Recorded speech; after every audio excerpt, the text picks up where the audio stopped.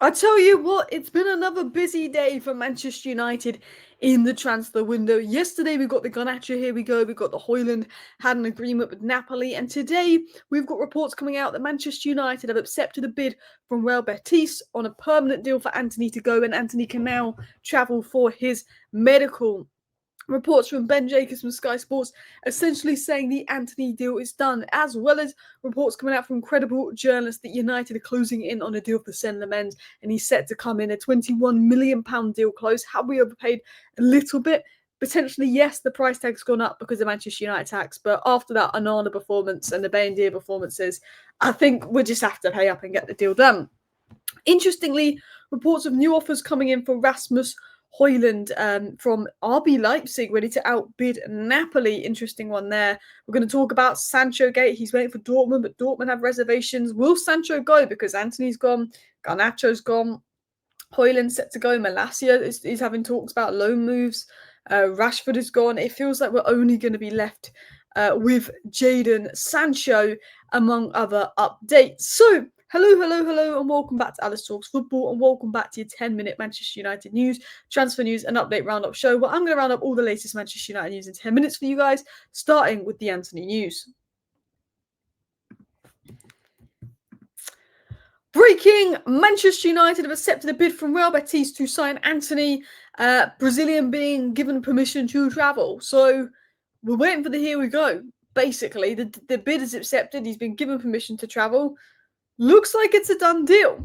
What else was said by Sky Sports, who got this in just before Ben Jacobs? Manchester United have accepted a bid from Real Betis for a permanent transfer of Antony. He's been given permission to travel to Spain. So we've now got reports coming out from two credible sources that we have accepted a bid and a permanent sale of Antony. Now, over the last few days, there's been many reports that Antony to Betis is close. We're close to finding an agreement. The deal is set to move. The big question is, some reports are saying it's close and it's going to be a £30 million fee, bish bash bosh, which is great. Other reports are saying it's a 20 million fee, but we get 50% of him in the future. I'm hoping it's the first one, a 35 nice fee, a nice £35 million fee. The annoying thing is, what is the fee? What is the fee? Because we've accepted a bid from Real Betis and it's a permanent transfer, which is great. We've been told that by two good sources, which is great. The deal is done. Here we go. But what is the fee? Is it 20 million and we remain 50% of him? Is it 35 million? There was reports coming out from Sky yesterday, I think. Was it Darmish or was it someone from Sky yesterday that suggested they've been hearing rumours of a fee around 30 to 35 million? So Sky reporting that the deal's done, but could it be in that 30 to 35 million mark? I hope so. Something tells me with how bad we are at sales, how cheaply Garnacho went for, it's probably going to be a bad fee. But if we can get £30 million, I'll be very happy. Garnacho is gone. Hojlund is nearly gone. Antony is now gone. Just need to get Sancho out. And you know what? Get some players in, because with all these players going, I'm starting to become a Carlos Baleba again.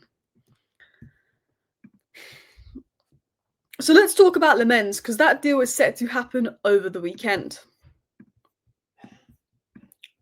Man United are preparing one final push to get the Senne Lammens deal done.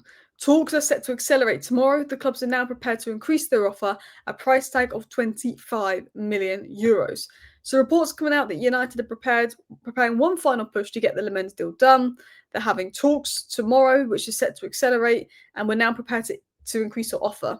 So I'm reading that as tomorrow we're going to give Royal Antwerp what they want for Lammens to get the deal done, and that Lammens is happening tomorrow. That's how I'm reading the deal. Lammens is happening tomorrow. We're going to give them what they want tomorrow. And we'll probably, I don't know, whoever plays, Bayendier or Nana, will probably be awful for us tomorrow and make a mistake. And I think that'll be enough for us to make that bid. Continuing on, we also got updates from the likes of Sasha Savelli, who's a bit hit and miss when it comes to Manchester United, more miss recently, saying that Antwerp are now very confident to sell Senne Lammens to United. Talks have been accelerating in the last hours. Romano said pretty much the same as him, so he's probably quite accurate with that bit of information. And there's literally been loads of reports from loads of media outlets in the last sort of 24 hours about Senne Lammens heating up. United want to get the deal done. It's heating up. And also there's been quite a few reports, not just in regards to Senne Lammens, but Antony in the last few days. And today, right now, we're reporting that Antony bid is accepted, so that deal is essentially done.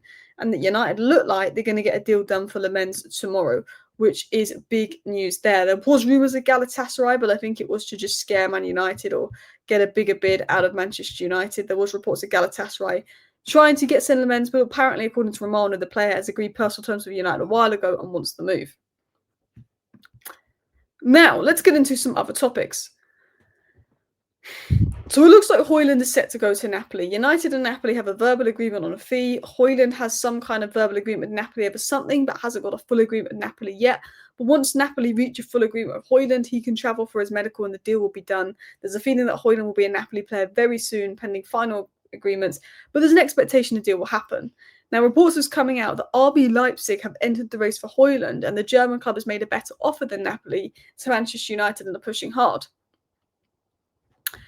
Now, Man United have already verbally agreed a deal with Napoli for Hojlund, so what could the better offer be from Leipzig? Is it a little bit more money, or is it a permanent, not even a loan with an obligation to buy like a straight-up permanent? Because that's what Hojlund was, and that's what Manchester United want. Now, there was reports that as part of the Sesko deal, RB Leipzig wanted Hojlund, and Hojlund said no to Leipzig because he wanted to stay at United. Have Leipzig gone back in for Hojlund because Hojlund's now accepted he's got to leave United, or would Hojlund just reject Leipzig again because he prefers Napoli? I think Hojlund will go to Napoli.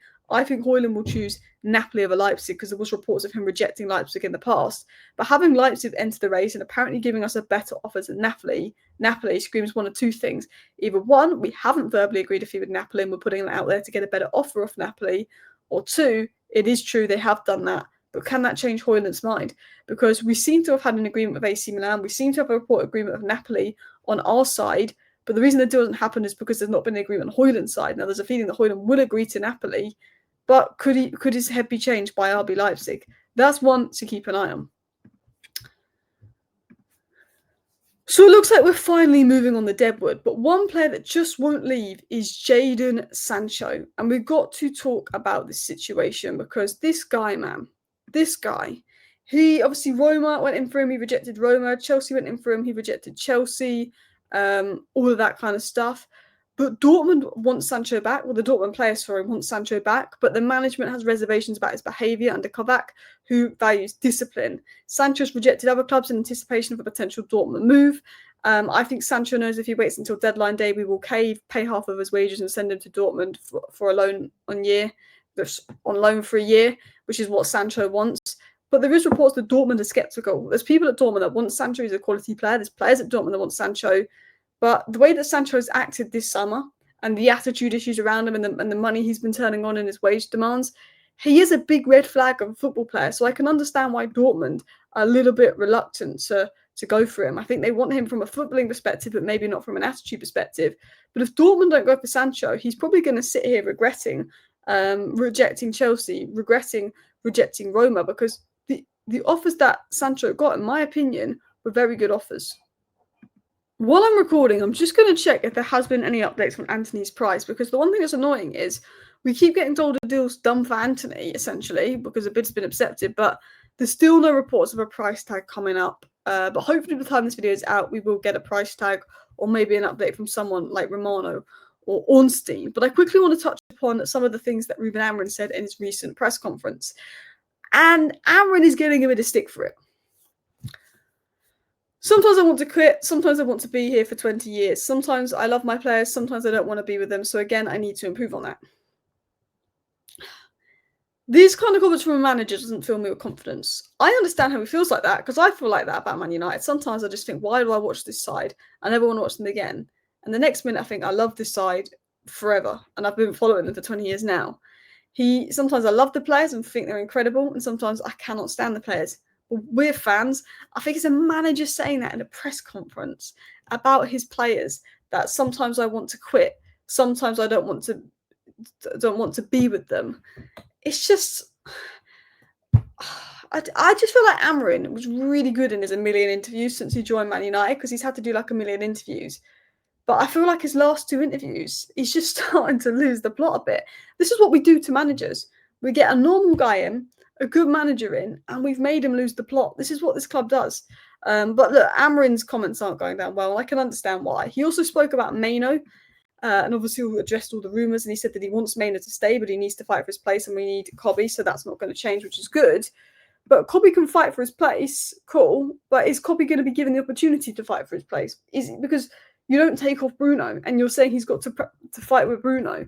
Is Bruno going to be untouchable? Is Cobby going to be given the opportunity to fight for his place? Because not a single minute in the opening 2 games.